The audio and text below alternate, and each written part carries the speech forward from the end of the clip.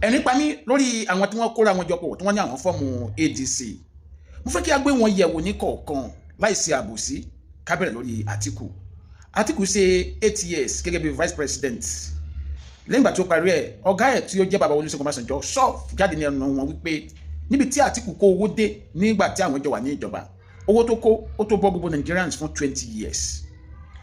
20 years. Ṣùgbọ́n Atiku yẹn sìn ó jáde ó ní òun fẹ́ díje fún presidency. Ó form coalition with àwọn kan. Ẹ jẹ́ ká bọ́ sórí Peter Obi. Peter Obi náà ó rò ní state ẹ̀ gẹ́gẹ́ bí governor ní state yẹn. Ẹ tọ́ka sí physical project mẹ́wàá tí Peter Obi ṣe. Kàkà bẹ́ẹ̀ nígbà tí wọ́n interview ẹ̀, ó ní òun fi ọ̀pọ̀lọpọ̀ owó sílẹ̀ sínú account state yẹn nígbà tó fẹ́ kúrò ńbẹ̀. Àwọn kan padà jẹ́ kó yà wípé owó tó fi síbẹ̀, ó fi owó yẹn síbẹ̀, ó dẹ̀ ń generate interest sí àpò rẹ̀ lórí owó yẹn. Nígbà tí state wà nínú ìdààmú, tí wọ́n nílò development, ó ná owó yẹn fún wọn láti fi develop state yẹn, ó fi sí fixed deposit kí wọ́n lè máa rí interest lórí ẹgbàá sí àpò ẹ̀. Ṣé wọ́n máa ń kó pamọ́ láti máa wòran ni àbí kí wọ́n fi ṣe project? Ẹ tún wá wo nǹkan kan nípa Peter Obi. Fídíò bíi 10 ló ti jáde tó yẹ pé tó bá sọ ó ń bí báyìí tí wọ́n bá padà rí interview lórí same topic, á tún sọ nǹkan mi. Ó jẹ́ nìkan tó wà stable, ẹni tó dẹ̀ fẹ́ lead wa nìyẹn, tó yẹ pọ̀ tó nìkan tó máa sọ lálẹ́ tí lè bá mọ́ tí wọ́n bá interview lórí same topic, wà á tún sọ nǹkan mi, wà á contradict rẹ̀. Ẹ jẹ́ ká bọ́ sórí El-Rufai.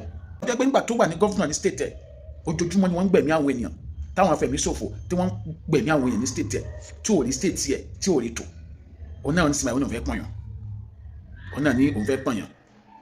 Àbí Rotimi Amaechi tí wọ́n fi ṣe minister tó jẹ́ wípé gbogbo owó tí federal government allocate fún àpò rẹ̀ ló kó sí nǹkan tá a rí nígbà tó wà níbẹ̀. Àbí Arẹ́gbẹ́ṣọlá ṣe governor ní Ọ̀ṣun state fún 8 years. Ó san half salary for so many years. Arẹ́gbẹ́ṣọlá òfin commissioner ní Ọ̀ṣun state. Ẹ tọ́ka sí 10 physical projects tí Arẹ́gbẹ́ṣọlá ṣe nígbà tó wà ní governor Ọ̀ṣun state.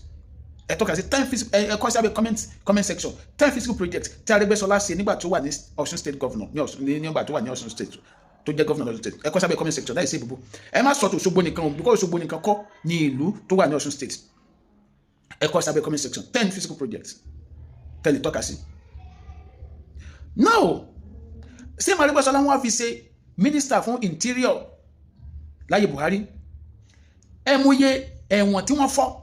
Tẹ́ máa gbọ́ pé àwọn ẹlẹ́wọ̀n wọ́n fọ́ ẹ̀wọ̀n báyìí o, àwọn ẹlẹ́wọ̀n bẹ̀ jáde o, wọ́n fọ́ ẹ̀wọ̀n báyìí, àwọn ẹlẹ́wọ̀n jáde. Nígbà tí àlàyé tó wà ńbẹ̀ tí president Bola Ahmed Tinubu ṣẹ̀yàn yìí tó débẹ̀ ń sìn, ǹjẹ́ gbọ́ pé wọ́n fọ́ ẹ̀wọ̀n kankan, pé àwọn ẹlẹ́wọ̀n kankan fọ́ ẹ̀wọ̀n kankan jáde. Passport yẹ kó máa ń take wa ní 6 months tẹ́lẹ̀ ká tó get. Nísìn under 3 weeks you get your passport. Even under 2 weeks ní àwátàwà ní outside the diaspora, under 2 weeks or a week you get your passport. But Arẹ́gbẹ́ṣọlá ṣe ó wà ní position yẹn tẹ́lẹ̀ náà. Ṣé nígbà tó wọn ò rí tò yẹn lẹ́yìn wọn kan rí tò ń sìn? Ṣé Arẹ́gbẹ́ṣọlá yẹn wá jáde ń sìn? Ó ní Nàìjíríà tó ń gan òrí tó ń gbà tó wà ní minister. Ṣé bí state yẹn tí ò rí tò lẹ́nìkan rí tò yẹn? Ṣé Arẹ́gbẹ́ṣọlá yẹn fẹ́ di godfather lọ́sùn state? So who is fooling who? So ẹ wá wo gbogbo àwọn tí mo kó jọ yìí, ẹ lọ wo record wọn. Ẹ má jà sí àbòsí. Ẹ lọ wo record wọn. Sí àwọn olú yẹ ká wá kóra wọn jọ pọ̀. Ká wá ní àwọn fẹ́ pọn ẹnìkan, àwọn fẹ́ present candidate fún wa ní Nàìjíríà. Látòrí Atiku, dé orí Arẹ́gbẹ́ṣọlá, Rotimi Amaechi, tí wọ́n ní ìyàwó ẹ̀ ń gba was not 4 billion, ìyàwó ẹ̀ ń gbà lórúkọ àwọn Niger Delta women pé láti fi empower wọn, tó dẹ̀ kó wọn sí àkáǹtì rẹ̀ níyàwó Rotimi Amaechi. Àbí El-Rufai tó sọ fún rẹ̀ wípé ẹsẹ̀ tí a fi máa pa àwọn afẹ̀míṣòfò sí ló yẹ ká máa fowó tù wọ́n. I'm going to release the video tomorrow.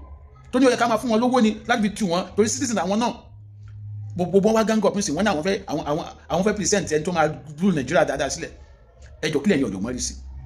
Mi kì í sọ ní I'm not working for and I'm not campaigning for any political party. Ṣùgbọ́n ẹ jẹ́ ká sọ̀rọ̀ síbi sọ̀rọ̀ wà. Ṣé tí a bá tiẹ̀ sọ pé àwọn kan fẹ́ fàyàn kalẹ̀, say set of those people ni, let us be sincere to ourselves. Omi ẹ̀kọ́ náà ni gbogbo wọn yìí náà the same table ni wọ́n sì jọ wà, the same table ni wọ́n sì jọ wà. Àwọn náà àwọn tó bà PDP jẹ́, part of them náà ló lọ sí APC, part of àwọn tó bà APC jẹ́ náà ló tún wá sí ADC nísìn. So ẹ má jẹ́ kí wọ́n tàn wá mọ́ lórílẹ̀‐èdè yìí.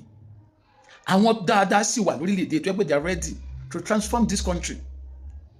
Ṣùgbọ́n ẹ ní dìbò fún wọn torí àwọn olówó lọ́wọ́ tó ń fẹ́ fún yín, ibi tí mò ń lọ gangan nìyẹn.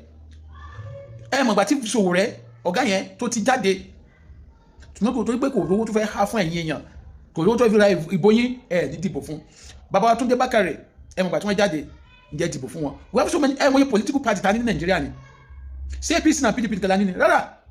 ṣé àwọn tó kù àwọn party tó kù ṣé wọ́n present aspirant wọn president aspirant wọ́n present ṣe dìbò fún wọn dìbò fún wọn tó gbé wọn lówó tó fẹ́ há nísìnyí báyìí àwọn kan tó ti ń kóra wọn jọ pọ̀ sí wọn tó ti ń hèlè àwọn tí mo darí kọ síwájú yẹn ṣùgbọ́n a rí àwọn tó yẹ pé wọn hold any political post rí tí àwọn ẹ̀dẹ̀ ń fọwọ́ sọ̀rọ̀ pé tá a bá lè dìbò fáwọn àwọn máa tún Nàìjíríà ṣe ìwò bí tí wọ́n wà ìwò bí tí wọ́n wà tó bá dọ̀ láǹsìn bí ẹ wá dìbò fún ìkan náà àwọn tó ń kóra wọn jọ pọ̀ yẹn tí wọ́n wá tó ṣe dá ẹ̀ tó wá máa sunkún ẹlẹ́yà máa sunkún ẹlẹ́yà pé oúnjẹ wọn ṣe wẹ̀yìn wò pé ó dá ẹjá tẹ̀ wò kátẹ̀ lórí wa wò pé ok àwọn tó ń tàn wá láti jẹ́ pé wọ́n máa decamp from one political party to another tọ́ba ti bá pàtì yẹn jẹ́ tọ́ta wọ́n ti jẹ́ àjẹbánu tán tọ́ta bá káwọn wọ́n á tún lọ rẹ́sítà ní political party set of àwọn obìnrin búkú yẹn náà ló dẹ̀ máa lọ sí ní political party yẹn ẹ jẹ́ ká kú mú àwọn tó yẹ pé wọ́n ṣẹ̀ṣẹ̀ ń bọ̀ kátẹ̀ wò wọ́n wò yẹn wọ́n lè ṣe dáadáa kọ́ yẹ pé àwọn tó ti jẹ́ àjẹbánu tó yẹ pé wọ́n kàn rò pé ogun company bàbá wọn ní Nàìjíríà yìí kúrẹ́tà wa citizen kan ò lè ronú mo tún àwọn kan báyìí tó ti ń jó